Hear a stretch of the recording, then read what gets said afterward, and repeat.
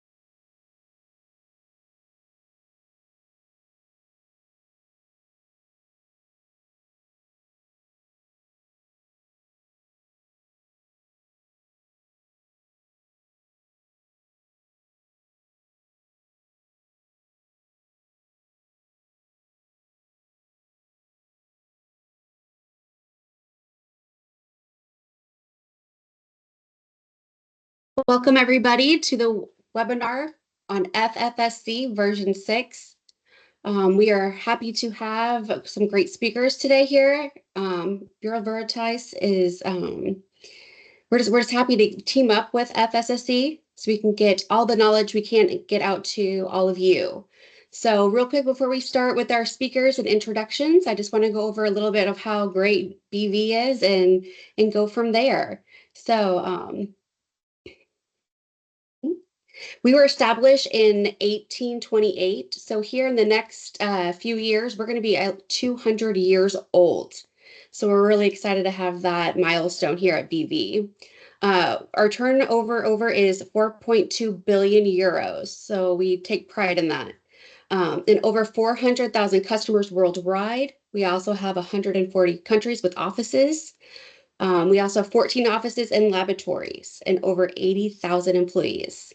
So, all right, and our vision is becoming the leader in our industry and major player in each of our market segments and key geographical markets. And our mission is to deliver economic value to customers through QHSESA management of their assets, projects, production systems, resulting in license to operate risk reduction and performance improvement. So let's get to the best part here, the people that we are going to be hearing from today. Our first speaker is going to be Jacqueline Southey. She is the North America representative for FSSC. She has over 30 years in the industry and 11 of those with FFSC. All right, and she's also a native from the UK. Love that. And Jacqueline is a seasoned player with a PhD in animal science from the University of Nottingham and a background in international business development. So we're really excited to hear what she has to say today and what has happened over the past year. And then our next speaker is going to be Bureau Veritas' own Anissa Abernoni. BV, she is here with us from BV. She's our food certification specialist. She's been in the industry for 11 years. And she's overseeing the FSC version 6 transition here at BV and oversees the post-audit process and involved in our Bureau Veritas certification of North America's accreditation. So definitely some great speakers here today. And just a few more things and we'll get going on them.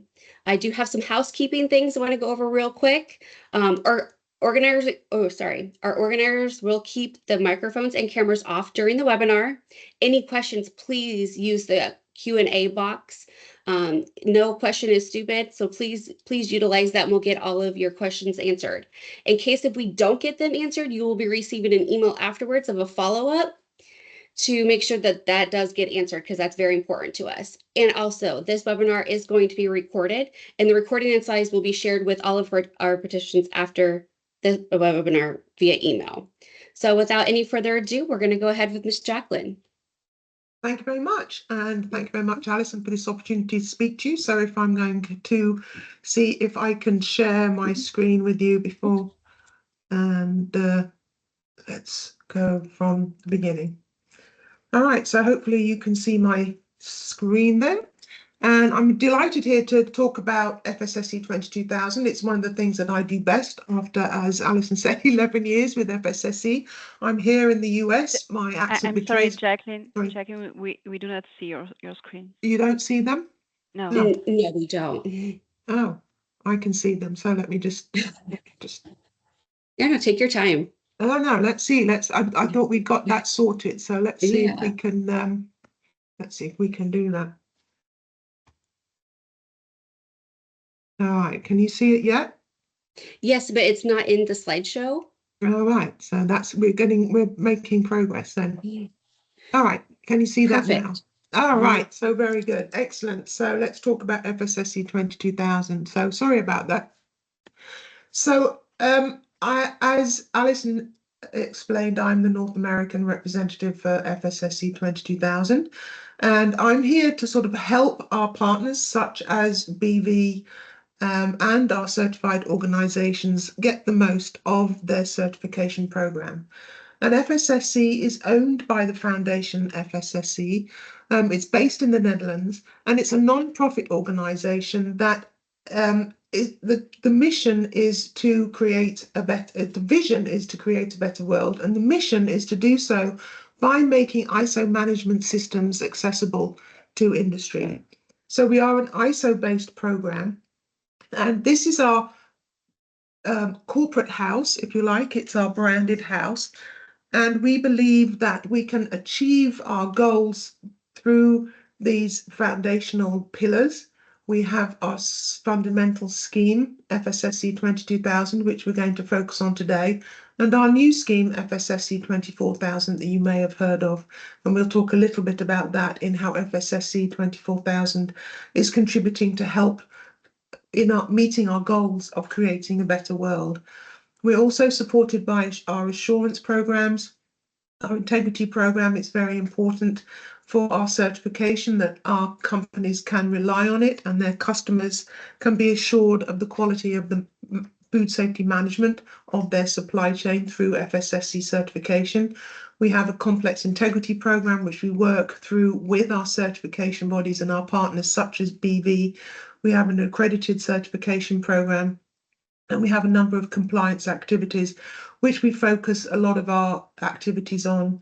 And like a major element of the ISO management system is continuous improvement, we also want to improve. So we do have development programs allowing companies that are not so versed in food safety management or the ISO management approach to get on that ladder. We also have a learning and development program through our e-learning programs, where we work with our certification bodies in order to maintain information to the most up-to-date.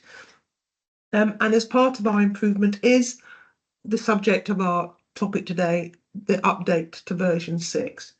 So at this point, we are now over 36,000 certificates worldwide. So we are truly a global certification program. We have probably a third of our certificates in Asia, which is a fast-growing market, a third in Europe, and a third in the Americas. And all of these territories, as well as being supported by FSSC, is also supported by BV. So we're delighted to partner in that.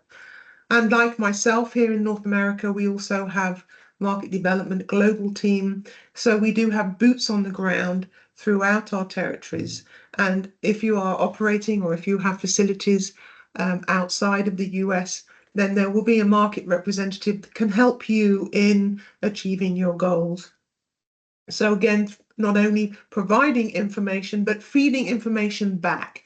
We are market driven. We do want to hear how the program is working for you and what your corporate needs are. And so then we can feed that back into the scheme through our continuous improvement.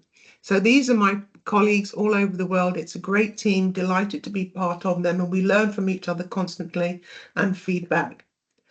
So as a reminder to those that are familiar with FSSC, and also an introduction to those of you who are not, FSSC 22000 is a wholly ISO-based management system for food safety management. It is based on ISO 22000, which is a global scheme developed through the International Standards Organization and written by consensus. So it has input from experts and food companies, regulatory authorities all over the world. So it is a scheme to meet the food safety requirements of everybody. And on top of that, we have sector-specific prerequisite programs, and these are the essential elements that are required to maintain a hygienic environment for your food safety management system and your facility. And then we have the FSSC requirements, which we add. And we add these to support our integrity program and to provide consistency and to ensure the certification of FSSC all over the world. It also provides governance, and it provides the ability to work through a licensing procedure with our certification bodies and monitor the quality of the certification. It also provides the means to meet the GFSI benchmarking requirements On its own, ISO 22000 does not meet the GFSI benchmarking requirements. The additional requirements, the governance and the ownership of ISO 22000 by the Foundation FSSC is required to meet the industry standard of the GFSI benchmarking requirements. And on top of that, those additional requirements provide an added agility for us to update the scheme without having to update ISO 22000, which is only updated after a certain interval, usually about 5 years, or in the case of 22000, initially it was 11 years. And that provides us with agility, and it's included the board of stakeholder decision list, which allows us to address emerging food issues and not have to update the version all the time. So the 3 sections of FSSC 22000, and to achieve FSSC certification, you are audited against the requirements of all these elements, and the sector-specific requirements will differ depending on the sector, whether you're in manufacturing, whether in packaging, retail, distribution, or different parts of that supply chain. So let's talk about V6 and why it was introduced. It was introduced in April this year. It was published in April the year before. So we have had a year to share information and to get used to the new requirements. And the reason that it was updated was because the norm for accreditation and auditing requirements by ISO, which is ISO 22003, was updated. And as we are an ISO management system, as we're founded on the ISO management system, we need to also keep up with the updates from ISO. So many of the elements that we had to incorporate into version 6 were as a result of the revision of ISO 22003. We also wanted to take the opportunities to strengthen some of the requirements and to introduce requirements to support organizations in meeting their sustainability goals. So as part of our mission, as I said, we wanted to create a better world. We are signatories to the United Nations Sustainability Goals, and we believe through our 36,000 certified organizations, we do have capacity to have impact. And part of that impact is beginning with the introduction of version 6. And we also, as part of our continuous improvement pillar, we did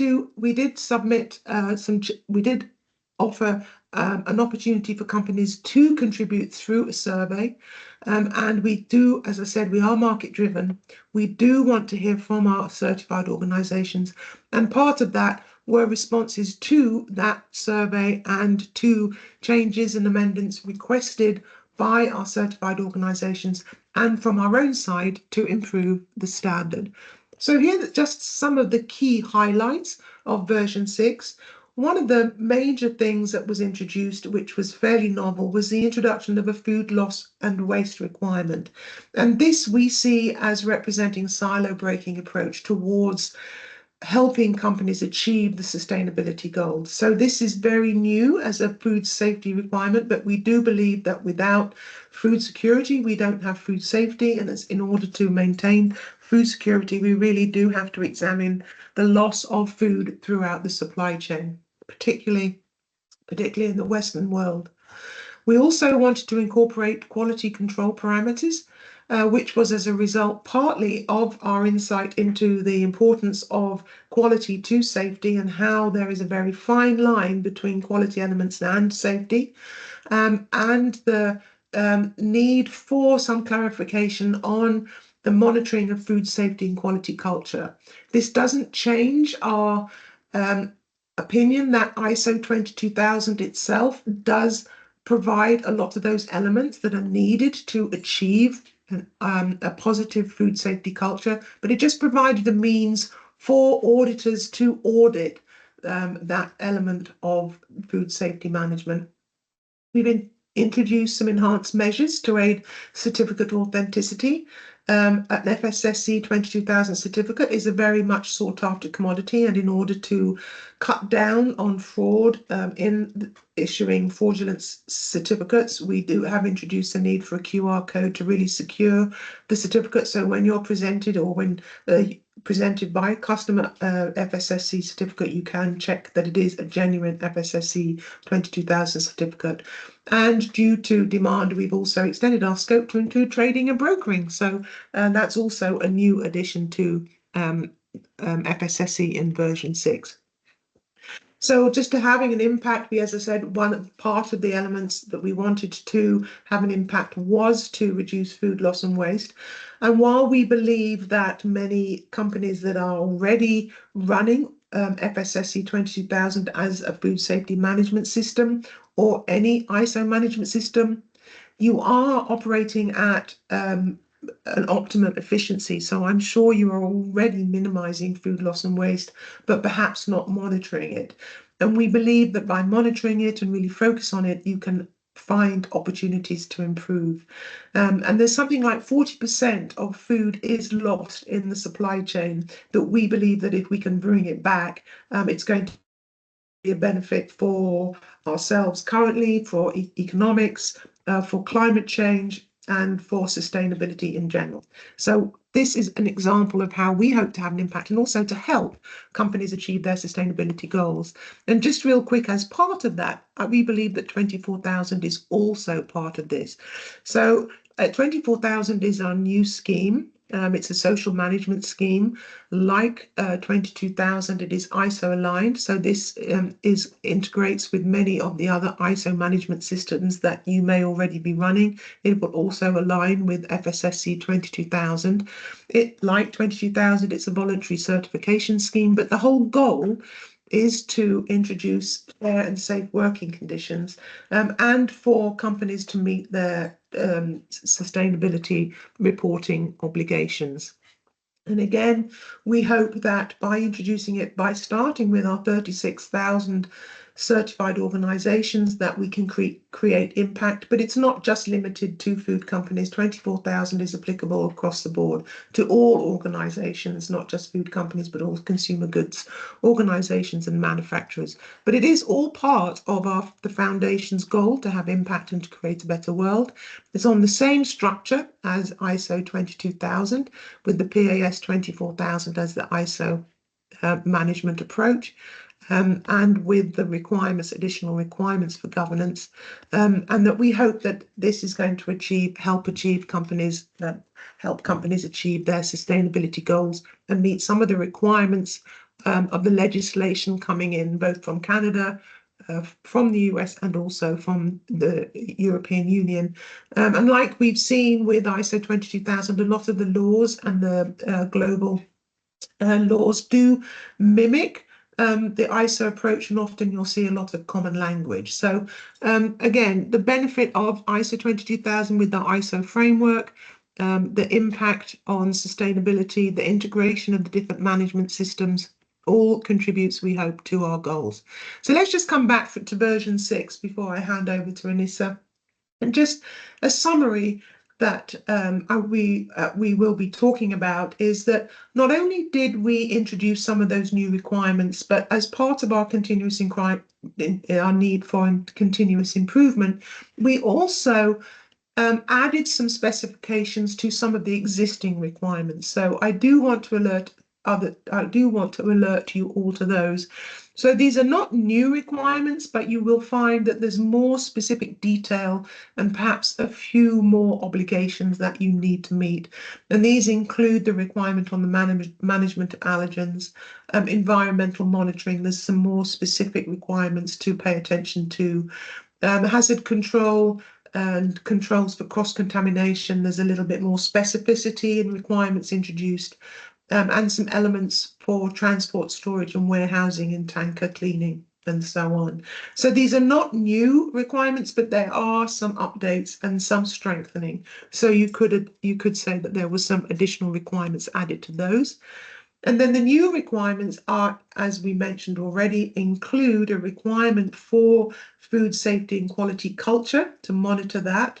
an element to have a quality control policy to monitor and address quality of your product, a need for attention to equipment management and to ensure that the equipment is suitable for use, and this as in hygienic design, and to have requirements for new equipment to have proof that they are fit for use.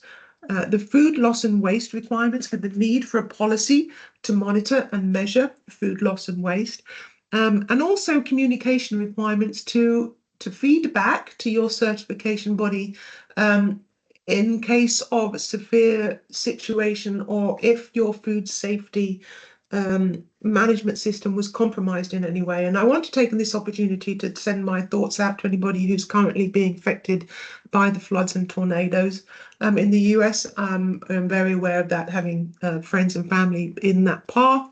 And this is a situation where perhaps the organization, the facility may be affected by adverse weather requirements. Then there is a need to communicate back so that we can all work together to protect food safety.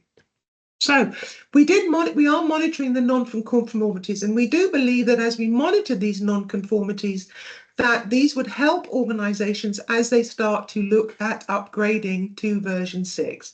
And this is a summary of the top 15. We do see some stalling with the need to monitor quality control, and we believe that that's because it is such a new requirement. Physical contamination, and that's part also of an updated requirement that is a need to monitor potential, assess risks and to control risks of physical contamination. The food safety and quality policy is also coming up as a non-conformity. Traceability, preventive and corrective maintenance, these are consistently a need to pay attention to. But the food loss and waste, environmental monitoring, and the management of allergens are also elements that we see as providing a challenge, and that we want to be able to sort of prepare people as they upgrade to be aware of these, and to see if we can help with achieving those requirements in order to improve your system. And then this is a few more details of the non-conformity trends. Again, from quality control, I believe this is right across the board. We can sort of pull out this data. It's fairly non-specific at this time, and this is just really and probably not specific, not significant. I mean, and this is really just the first couple of months of introducing version 6. So these are the first set of audits going through. This represents non-conformities from the first 6,000 audits. And again, we see that equipment management, because it is a new requirement, it also is going to need some attention, that you need to have a documented policy to make sure that your equipment, as you're taking it on board, is fit for use, or if you're changing the use or the role of the equipment, that it's still fit for that purpose. And then finally, the biggest non-conformity that we're seeing pulled up is the food loss and waste requirement, and the need for a documented policy to really define what your objectives are and how you're going to achieve it. We do suggest, in our guidance documents, that perhaps you set a goal of reducing your current loss up to about 50% in the next 5 years, but you need to define this and set some objectives to achieve it. And as I said, I believe that many companies are already doing this. It's just a case of actually documenting it and monitoring it. So support, we do have a change document, and if you haven't already transferred to version 6, I do recommend that you go on our website, fssc.com, and we do have a change document, and this is the requirements, the additional requirements, highlight with the changes highlighted in red. So you can see immediately any requirement that is changed, how you can, it will draw your attention to it, and you can do sort of a gap assessment on what you're currently doing and how you can upgrade to those new requirements. So it identifies the revisions, both to the existing requirements and the new requirements. And then it also, in the annexes, we have some change documents for those because there are some scope changes, and this document is available in 6 languages. And other documents that we can offer to help you, we do have interpretation articles on the website, and these are required specifications. So the interpretation articles is just more information on the existing requirements. So I do recommend that you pay attention to those, particularly the quality control interpretation article. It's as a result of feedback from industry wanting more information, actually how to achieve that quality control policy. And then the laboratory analysis for critical food safety parameters, that's as a result of a GFSI requirement, which did cause some consternation. So if that's causing you a challenge, then we do have the interpretation article on the website. So please feel free, it's free to download, and hopefully that will help you with that requirement. We do have guidance documents also on the new elements, and some of the existing ones which are available for free download in multiple languages. And we hope that they are also can help you, particularly the food loss and waste guidance and the food safety and quality culture guidance, which provides you with ways of monitoring food safety culture and also questions that the auditor may ask when they're auditing food safety and quality culture. And then we have webinars that are available on demand from on our website on different subjects from different webinars in the past. So I do suggest that if there's any element that you want to find out more information on, that there may already be a webinar fairly detailed online already. And then just before I pass over to Anissa, I do want to just add a little plug here while I have the opportunity. We do have an in-person meeting coming up. It is going to be in the Washington, D.C. area. It's part of the Food Safety Consortium.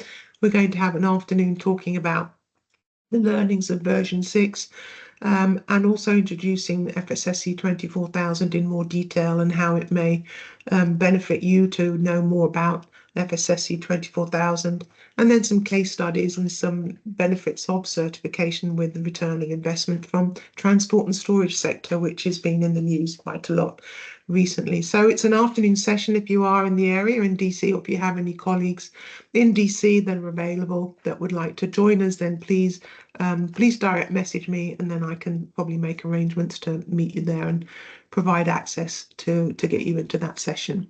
So with that, I'm going to hand you over. So thank you very much, and look forward to hearing from Anissa.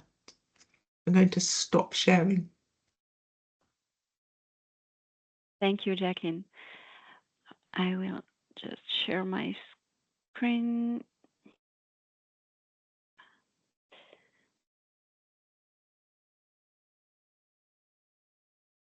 Can you all see it? Yes, we do. We can, yeah. Okay. So, hello everybody. I'm Anissa Abdenouri, a Bureau Veritas certification food certification specialist. Sorry, and I'm really happy to be there with you today to discuss about the version 6 of the FSSC standard, and I'm happy to co-presenting this webinar with Jacqueline and all BV team. Thank you, Jacqueline, for this very interesting presentation.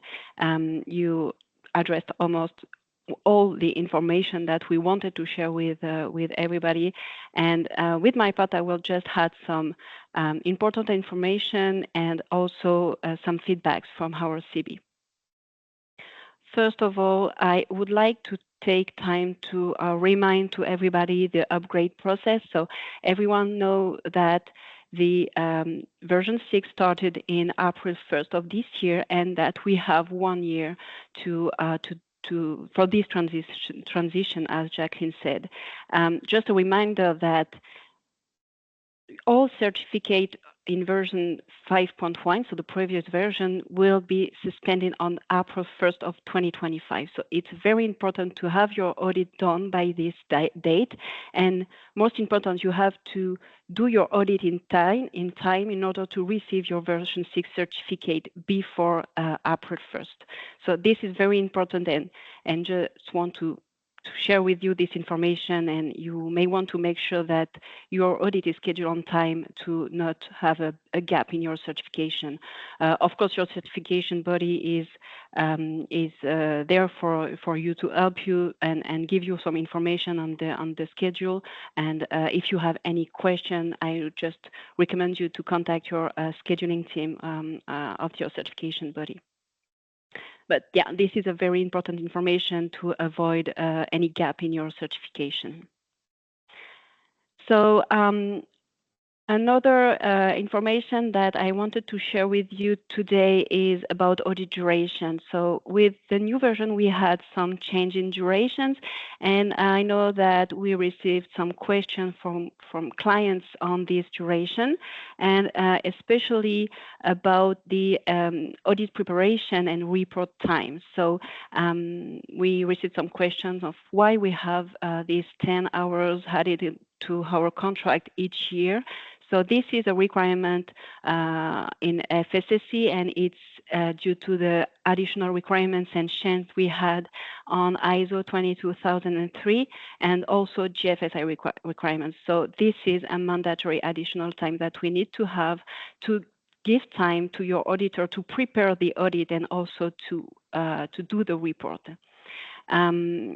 Also for this audit time, we received some question on how we calculate this audit duration, what are the information that are important. So for the audit duration calculation, two very important information to share to a certification body are the full-time employees number and the ASAP plans number. So those have a direct impact on your duration. And for the full-time employees, I know that sometimes it's quite challenging for sites to understand what is the full-time employees that they need to share with CVs. So in quick words, you need just to share the number of the higher number of employees on your site and at one moment. So that means if you have several shifts, then you will take the main shift employees number and the office employees number, and that will give you the total number that will be taken into account on your audit duration calculation. And the ASAP plans as well is very important to share to your CB for this duration. So I just want to take one second to remind you that this is very important to share any updates on those information to your certification body, because as I said, this has an impact, a direct impact on your duration.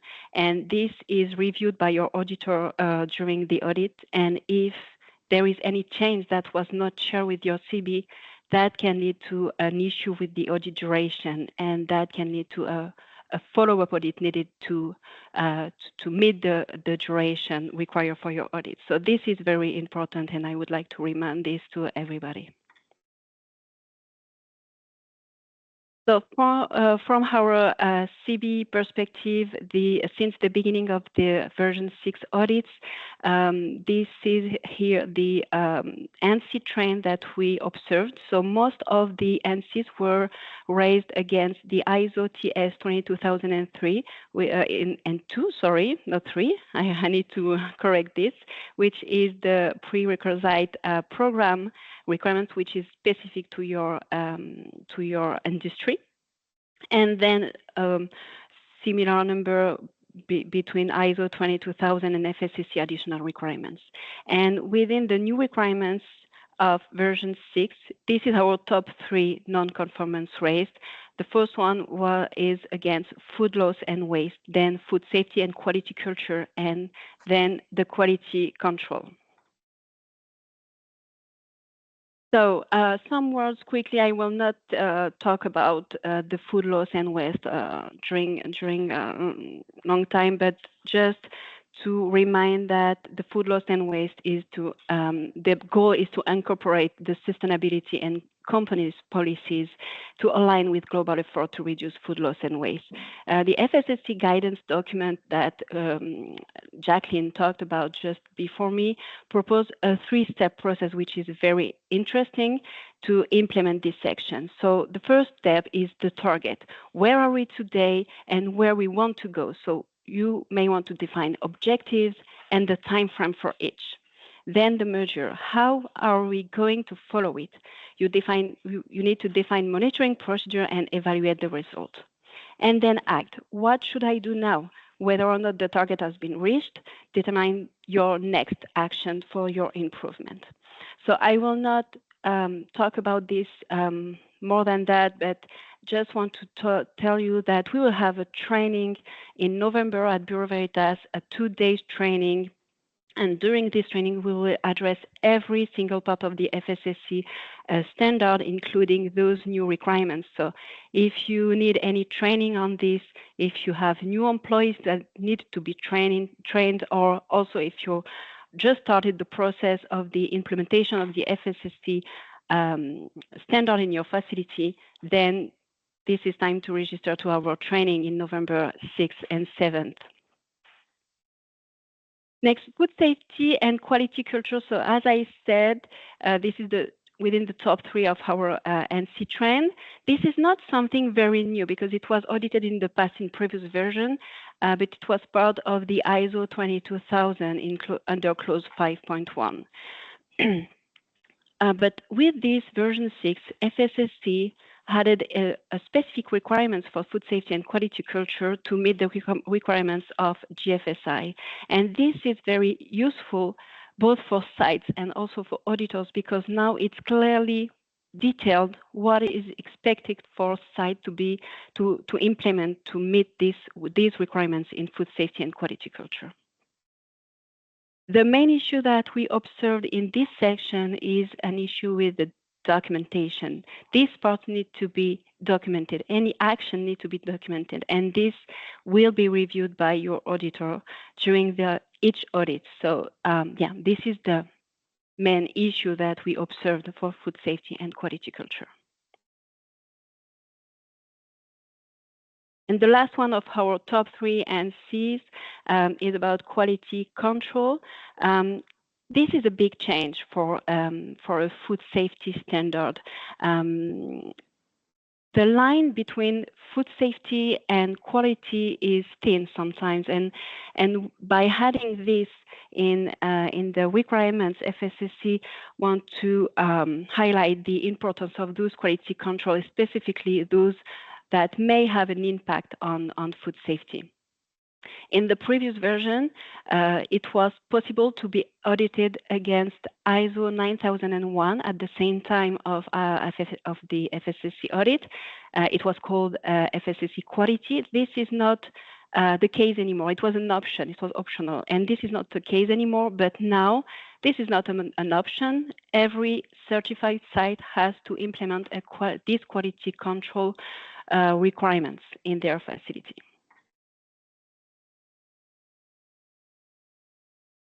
Jacqueline talked about those guidance documents and webinars. Just wanted to add some words. This information, this documentation, these webinars are very interesting, very useful for site to, first of all, understand the requirements and have some tips for the implementation. And again, if you have still questions and if you still need any training help on your implementation, just a reminder that we will have this training in November 6th and 7th with Bureau Veritas. So if you have any question on this training, you can still reach out to Alison and she will be happy to give you some more information on that. And the last information that I wanted to share with you is this board of stakeholders decision list. This is something that is sometimes oversight by sites. This is not an additional document from FSSC. This is a mandatory document, and it's part of the scope of certification. As Jacqueline said, this is a very useful document for avoid to have a transition, a new version, a new complete version at each new requirement that we need to implement. For example, if there is any update, in this case, in ISO 22000, the last one was about the climate change that is now included in clause 4.1. There is no need to do a new full version of the standard, because we have this decision list that will inform you of this requirement. So we have several regular updates of this Board of Stakeholders decision list, and this is very important to make sure that you are up to date on this document. If you are not yet registered to the newsletter, FSSC newsletter, I would recommend you to register to this newsletter, because you will receive all the important information from the foundation, including the revision and any updates on this Board of Stakeholders decision list. So that's what I wanted to share with you all today. So I think it's time for question now. Thank you both so much. This has been great instruction here. Just real quick, I want to piggyback Anissa's thing about the course that we are going to be offering. I did put a link into the Q&A if anybody wants to click on that and take a look at the course that we'll be offering next month. It's there for you. So now we're going to go ahead and do our question and answer portion of the webinar. Jacqueline, when you were speaking, we did have a question pop up, and the question is, does the contamination section include biological and chemical contaminations? This is where we are seeing a big push. So the new, I think you're referring to the new requirement on contamination. This is kind of like an extension. There is a requirement for the control of biological and chemical contamination in ISO 22000. So under the hazard control, those are covered there.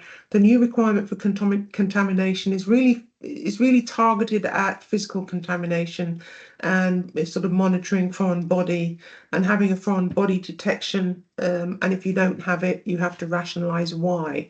So at this point, there is a requirement for the control of biological and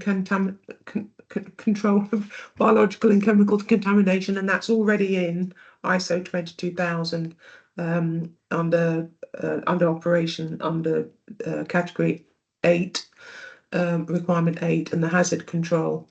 So just let me just refer back to it. The only chemical one would be to review ingredients and additives for animal health under pet food. So there's a requirement in the changes to monitor that, but the most impact is under physical contamination, and the biological and chemical contaminations is controlled under ISO 22000. Okay. Thank you. All right, we do have another question. It says here, I understand updated GFSI benchmarking requirements are currently available for comment. Does this mean we can expect an update to V6 in the near future? So it's always a nightmare when you think, oh, there's more requirements. You haven't even got everybody updated to version 6, and then there's a new obligation coming out. So the benchmarking requirements coming out of GFSI, they regularly update their requirements. And again, situations change, global situations change. They're currently in the situation for review. So I think everybody's reviewed it and has given their feedback. So at this point, we can't say, because we don't know what the ultimate benchmarking requirements are going to be. But on first look, we don't think that it's going to be a huge need for a new version, and that if there are some subtle changes, then we can probably accommodate it through the Board of Stakeholders decision list that Anissa just referred to. So hopefully there won't be a need for a whole new version 6 for a while. As I mentioned, that we are dependent on ISO. We are an ISO-based management scheme. So there are revisions to the prerequisite programs ongoing. So maybe down the road, that will be something that we may need to look at a new version, but we hope that we're we have a structure so far that we can accommodate changes and that we can stay with version 6 for a little while. So update to version 6, and that That'd we be will keep nice. you informed. And Yeah. any subtle changes we will adjust through the board of stakeholders decision list. So fingers crossed. Perfect.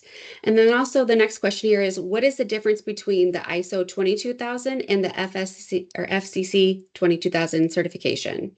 Yeah, so I think when I talked about the structure of FSSC, it's made up of 3 parts. So ISO 22000 that I've just referred to is the management system approach. So that defines the basic elements of how you're supposed to control food safety, and it's a very logical way of your management system. So it's process based. It's based on a plan, do, check, act approach.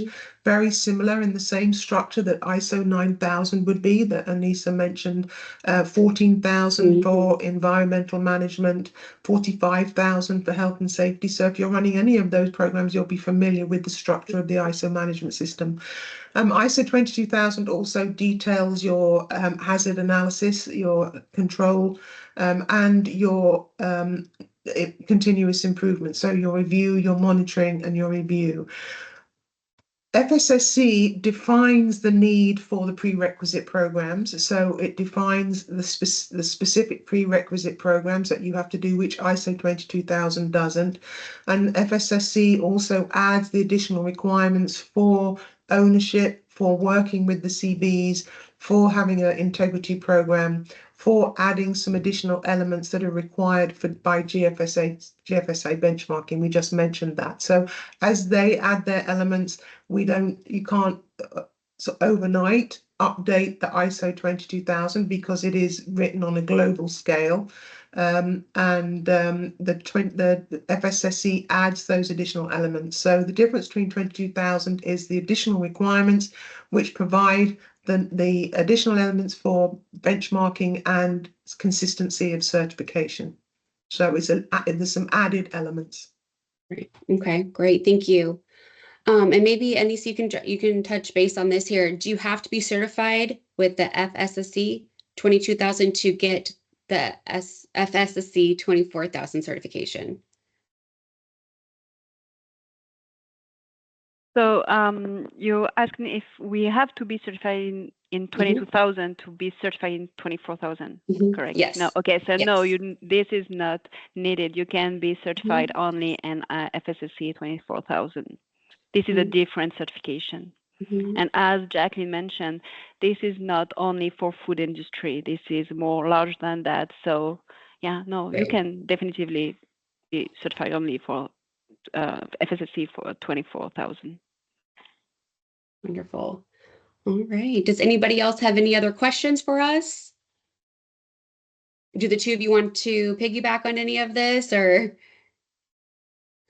I know I might add a little bit for 24,000 to Anissa. So as she said, you don't have to be 22,000. If you are 22,000, then you're halfway up the ladder because you have a lot of the management systems in place. If you are certified to any of the other ISO management systems, they're added efficiencies because you already have a lot of those processes in place.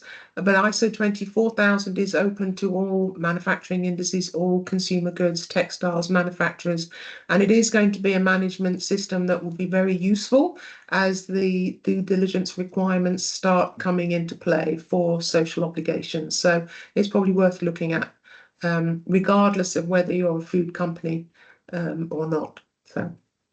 Okay. All right. Well, I don't see any other questions. I do want to say thank you guys so much for being here with us today. I really do appreciate it. We got a lot of information out in a short period of time. And I also, once again, it's posted on the Q&A of the course that we are offering at Bureau Veritas. It's a virtual 2-day course next month. Okay. All right. Well, that's going to be it for today, guys. I really do appreciate it. Thank you very much. Thank you for the opportunity to talk. You. It's nice being Take with care. you. All right. Thanks. Yes. Bye-bye. Bye. Bye.